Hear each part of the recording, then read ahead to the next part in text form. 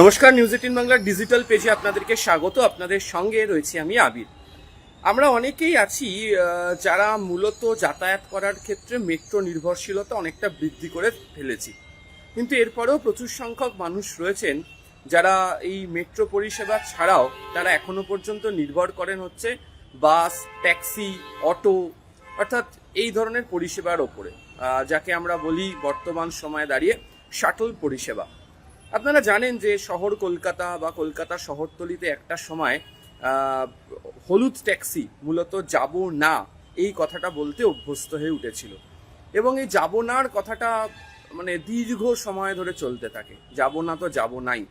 এবং এমন পরিস্থিতি একটা সময় তৈরি হয়ে যায় যে রাজ্য সরকারকে ভাবনা চিন্তা করতে হয় যে গণপরিবহন ব্যবস্থাকে টিকিয়ে রাখার জন্য পরবর্তী কি পদক্ষেপ গ্রহণ করে তারা এগোতে পারেন বা ব্যবস্থা নিয়ে যেতে পারা যায়।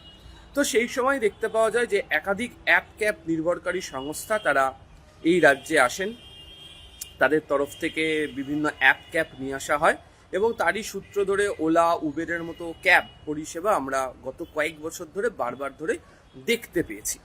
কিন্তু যত সময় এগিয়েছে তত এই সমস্ত অ্যাপ ক্যাব পরিষেবাগুলোর প্রতিও মানুষের মধ্যে থেকে একটা বিরক্ত তৈরি হতে শুরু হয়। কেন বিরক্ত তৈরি হতে শুরু হয়?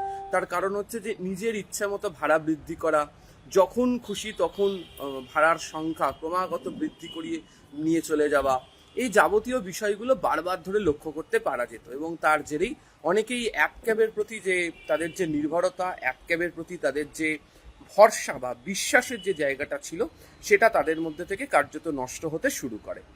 তো পরবর্তী সময়ে আমরা দেখি যে পূর্বতন রাজ্য সরকারের তরফ থেকে বা বলা ভালো গভর্নমেন্ট পলিসিতে তারা সিদ্ধান্ত নেয় যে তাদের তরফ থেকে নিয়ে আসা হবে হচ্ছে এমন একটি পরিষেবা যেটা সরকারি নিয়ন্ত্রণাধীনের অবস্থার মধ্যে থাকবে, যার মধ্যে দিয়ে মানুষজন তাদের যেই অ্যাপ ক্যাব নির্ভরশীলতার জায়গাটাকে তারা সম্পূর্ণ করতে পারবেন। এবং এই কারণেই আপনারা জানেন যে রাজ্য সরকারের তরফ থেকে যে যাত্রী সাথী যে পরিষেবা, অ্যাপ ক্যাব পরিষেবা, সেই যাত্রী সাথীর অ্যাপ ক্যাব পরিষেবা নিয়ে আসা হয়।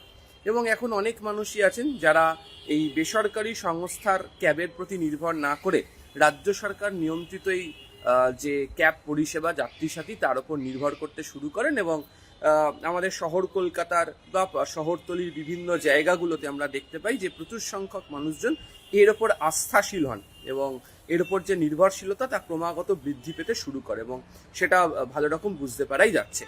তো এই পরিস্থিতিতে দাঁড়িয়ে এই যাত্রী সাথীর তরফ থেকে এবার পরিষেবা শুরু করা হচ্ছে, যে পরিষেবাটা হচ্ছে শাটল বাস পরিষেবা। অর্থাৎ আপনারা জানেন যে এগুলোকে ট্রাভেলার কার বা বাস বলা হয়।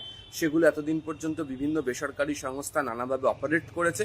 তার জন্য প্রত্যেক দিন পিছু অর্থাৎ আসন পিছু বা মাসের একটা নির্দিষ্ট অঙ্কর ভাড়া নেওয়া হতো, সেটা অনেকের কাছে অনেকটা বাড়তি মনে হচ্ছিল, এবং তা সত্ত্বেও কোনো উপায় না থাকার কারণে মানুষজনকে তার উপর ভিত্তি করে যাতায়াত করতে হতো।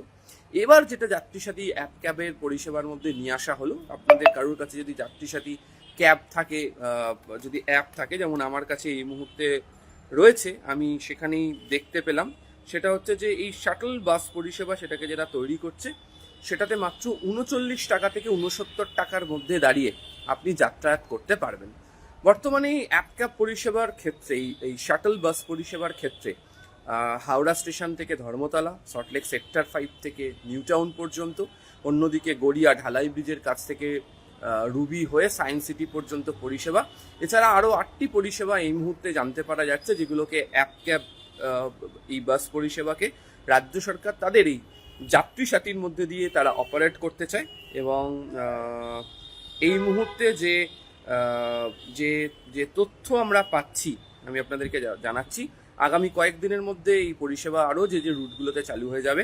বালি থেকে সেক্টর 5, ব্যারাকপুর থেকে সেক্টর 5, নিউ টাউন থেকে সোনারপুর, সেক্টর 5 থেকে বালি, সেক্টর 5 থেকে ব্যারাকপুর, সেক্টর 5 থেকে শ্রীরামপুর, সেক্টর 5 থেকে Srirampur to sector 5, Sonarpur to New Town, এই পরিষেবাগুলো চালু হয়ে যাচ্ছে। এবং যেহেতু রাজ্য সরকারের নিয়ন্ত্রণাধীন এই ক্যাব পরিষেবা, তাদের তরফ থেকে এই ভাড়ার অঙ্ক নির্ধারিত করে দেওয়া হচ্ছে, অর্থাৎ সর্বনিম্ন 39 টাকা এবং তারা বলছেন যে সর্বোচ্চ 69 টাকা এর মধ্যে দিয়ে এই ক্যাব পরিষেবা পাওয়া যাবে। এবং এই ক্যাব পরিষেবা যারা ব্যবহার করবেন তাদের জন্য একদম দারুণ ব্যবস্থা তারা বলছেন। তার কারণ হচ্ছে এই ট্রাভেলার কার বা এই নতুন এই পরিষেবার মধ্যে প্রত্যেক কটা গাড়িতে জিপিএস আছে, প্রত্যেক কটা গাড়ির ভেতরে সিসি ক্যামেরা ফিড পাওয়ার মতো ব্যবস্থা রয়েছে। এছাড়া হচ্ছে একজন করে সহায়ক থাকবেন, যে সহায়কের তরফ থেকে যাত্রীদেরকে নানা ধরনের যে সুবিধা দেওয়া, সহায়তা প্রদান করার কাজ করা হবে। রাজ্য পরিবহন দফতরের বক্তব্য যে গত তিন মাসে তারা দেখেছেন যে রাজ্য পরিবহন দফতরের কাছে নানা ধরনের অভিযোগ জমা পড়েছে, এবং নানা ধরনের যে অভিযোগ জমা পড়েছে তার একটা বড় অংশের অভিযোগ হচ্ছে যে অতিরিক্ত ভাড়া দিয়ে ক্যাবে যাতায়াত করতে হচ্ছে, এবং এই পরিমাণ টাকা দিয়ে যাতায়াত করাটা তাদের পক্ষে, অনেকের পক্ষে সম্ভব হচ্ছে না। বিশেষ করে যে রুটগুলোর কথা আপনাদেরকে বললাম, সেই রুটগুলো থেকে প্রচুর সংখ্যক মানুষজন তারা সল্টলেক সেক্টর 5 নিউ টাউন, যে তথ্য প্রযুক্তি তালুক, সেখানে কাজের জন্য যান।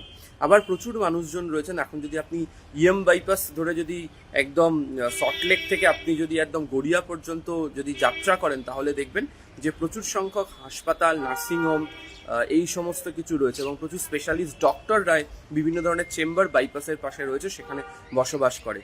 তো এই মানুষজনদেরকে প্রত্যেক দিন যাতায়াত করার জন্য একটা সুস্থ পরিষেবা পাওয়ার দরকার ছিল, যেটা তাদের পকেটের যে রেস্ট, সেটাকে বাঁচিয়ে তারা চলতে পারবে না। অর্থাৎ সকলের পক্ষে তো আর একটা বাজেটের বাইরে বেরিয়ে যাতায়াত করাটা সম্ভব নয়। আর যারা রেগুলার যাতায়াত করেন তাদের জন্য একটা বাজেট ফ্রেন্ডলি তারা একটা ক্যাব পরিষেবা চাইছিলেন।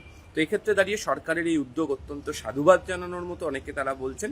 এবং আপাতত আপনাদেরকে বললাম যে 3টে রুটে এই পরিষেবা চালু করে দেওয়া হয়েছে, এবং ধাপে ধাপে বাকি রুটগুলোতে ওই পরিষেবা চালু হচ্ছে। মাত্র 39 টাকা থেকে 69 টাকার মধ্যে পরিষেবা সম্পূর্ণ হয়ে পাবেন। সমস্ত কটা গাড়ি হচ্ছে শীতাতাপ নিয়ন্ত্রিত, তাতে এয়ার কন্ডিশন রয়েছে। শুরুতেই বলেছি সিসি ক্যামেরা এনেবেলড, একজন সহায়ক থাকবেন, জিপিএস থাকবে, এবং ধাপে ধাপে গাড়ির সংখ্যা বৃদ্ধি করা হচ্ছে, রুটের সংখ্যাও বৃদ্ধি করা হচ্ছে।